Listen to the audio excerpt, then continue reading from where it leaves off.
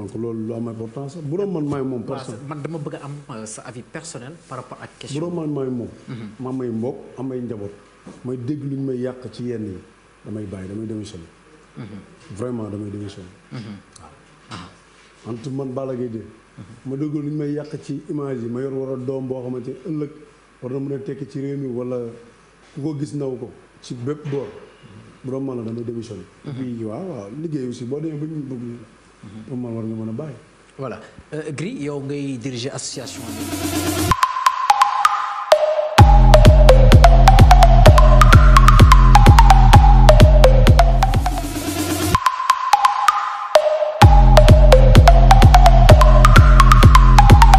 culture ak sunu ay réalité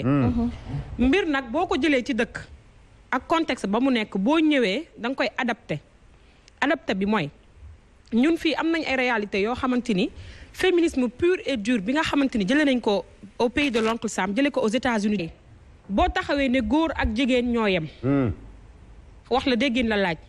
boo nee ñoo yem ci cadre liggéey man ak père tey wala man ak Prospère mën nañ bokk entreprise ñu yem niveau man ak moom niveau bi mu nekk ak man niveau bi ma nekk kooku je peux le voir comme mon alter ego mais quand tu viens ci benn kër couple musulman africain sénégalais nga ne que l'homme est l'égal de la femme dans une même maison je pense qu'il y a problème parce que mënul coller même dans le registre même dans l'acte de même socialement on te dit que l'homme est le chef de famille ce qu'il faut savoir Safia c'est que il y a des gens qui s'autoproclament féministes à tort dañuy jóg lu góor teg rek ñu bañ lu góor teg rek ñu bañ au fait dans le fond soo xoolee c'est pas des féministes c'est des gens yoo xamante ni elles sont contre le patriarcat et il faut le savoir nous avons des sociétés fondamentalement patriarcales et il y a des femmes yoo xam ne ça les gêne bu ñu sañoon patriarcat bi dañ koy changer def ko matriarcat il y en a beaucoup ci société bi ñoo xamante ni duñu jeex léegi nag bu ñu tooñ féministes yi parce que man la définition simple que je donne au féminisme c'est que féministe c'est quelqu'un boo xamante ni da ngay xeex pour l'amélioration des conditions de la femme on s'accorde man tey par exemple su ma amee une voisine boo xamante ni elle est malmenée battue fi mu dëkk ñu koy dóor di ko violenter et tout man mën naa xëy par exemple dem wax def regroupement woo des femmes wax leen ne écoutez kii conditions yi mu nekkee baaxul ni ñu koy traité nii c'est pas normal parce que on lui ôte sa dignité de femme et puis lii bokkul ci sëy d'accord Maya mi ngi nii toog on a organisé des marches sur les violences faites aux femmes c'est des sujets yoo xam ne dañu koy traité mais à un moment il faut ñu doser ko mais féministes yi ñuy gis Sénégal ñoom par exemple culturellement parlant comme ni nga wax ci sa introduction dañ ko def mu déggoo ak culture Sénégal c'est-à-dire jëluñu féminisme bi nga xam ne moom moo am France andi ko fii day diis c'est-à-dire comme père ni mu ko waxee en France wala yenn dëkk yi su fekkee tooñ dafa am entre l'époux et l'épouse suñu ñëwee dañuy génn ku góor ki après ku jigéen ki bu géré mais fii Sénégal doo gis loolu c'est extrême. Safia wax naa la ko léegi. y a des femmes qui s'autoproclament féministes et qui le sont pas pour ñoom teg sa jëkkër dënn maa ngi liggéey am naa sama xaalis bu waxee benn ma wax ñaar que loolu mooy féminisme. xam nga bañ bi lan la. bañ bi mooy bañ li nga xamante ni bokkul ci sëy maanaam dóor bi saaga bi maltraitance bi ñàkk a yor bi loolu la jigéen war a bañ ci sëyam mais est-ce qu'il y a de mal à man damay toog sax parfois je vois des publications ci Facebook bi des femmes yoo xamante ni bu ñu déggee nga naan damay jël sama tànku jëkkër dugal ko ci soo raam ba ci tànkam raxas ko nangam ak nangam dañuy alarmé wu lan moo tax fi ngeen teg góor moo tax jël góor def ko centre du monde wut leen des vies wut leen nangam mais attends nous avons des vies on travaille.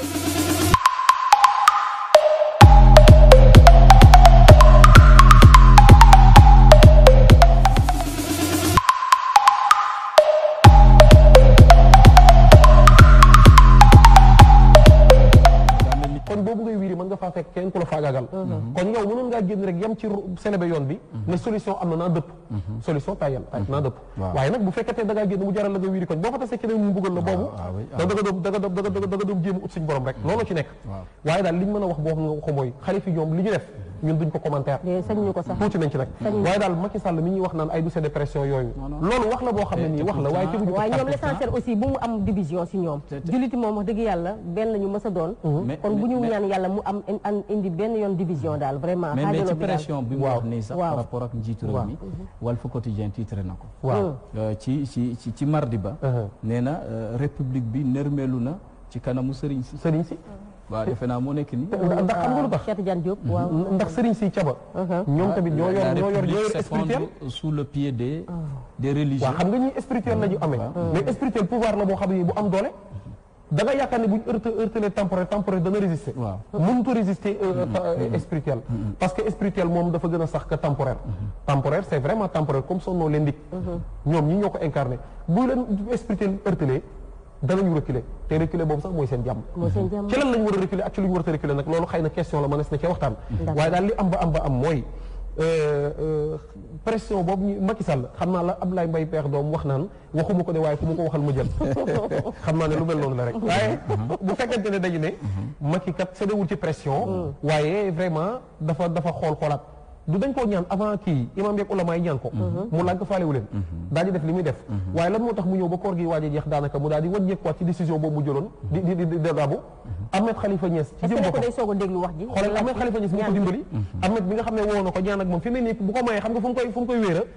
parce que Ahmed Khalifa sama xarit woo na ma ñaan na ma ko eh bien nangam mais est-ce que tam du indiwaat beneen problème aussi waat parce que dañ ñaan ñiim ñaan nañu ñu may ñu leen ñu ñaan ñeneen ñi est-ce que nekkul waxtu wi mooy soog a jot rek wala muy soog a déglu seen demande boobu waaye cas yi dafa gën a yokku bu fekkente ne day basé wu rek ci ay statistique ak yooyu ak i chiffre pour mën a wàññi wala may nangam cas yi gën a yokk mu maye kon non demande kii la demande imam yeeg ulama yi est-ce que nekku daf si soog a jot bokk waaw bon mën naa nekk est-ce que rek loolu mën naa nekk waaye ñoom dañooy faral di wax naan le président est la personne le mieux informée au monde personne la plus informée comme ñoom ñoo koy wax nag tey jii bu doon leen boo ko wax dañ naan la non Macky Sall am na information am na ay renseignements généraux moom daal moom moo xam ak xam na ne imam yi doon nañ ko ñaan ak ulama yi waaye xalif yeeg ñi nga xam ne dañuy yëngal ñooñu la ñoo gën a am poids bu mu gën a ragal que ñële d'accord wax na aussi ci immigré yi nee na dès maintenant ku sa mbokk faatu ci coronavirus bitim réew mun nga ko indi fii ci réew mi sutura ko fii donc loolu itamit wax na ci déclaration ci la sax Walf Quotidien ne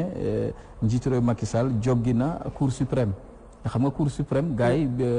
immigré yi dañ ko clamé dañoo clamé woon ci Cour suprême Cour suprême nag bañ leen ko nangul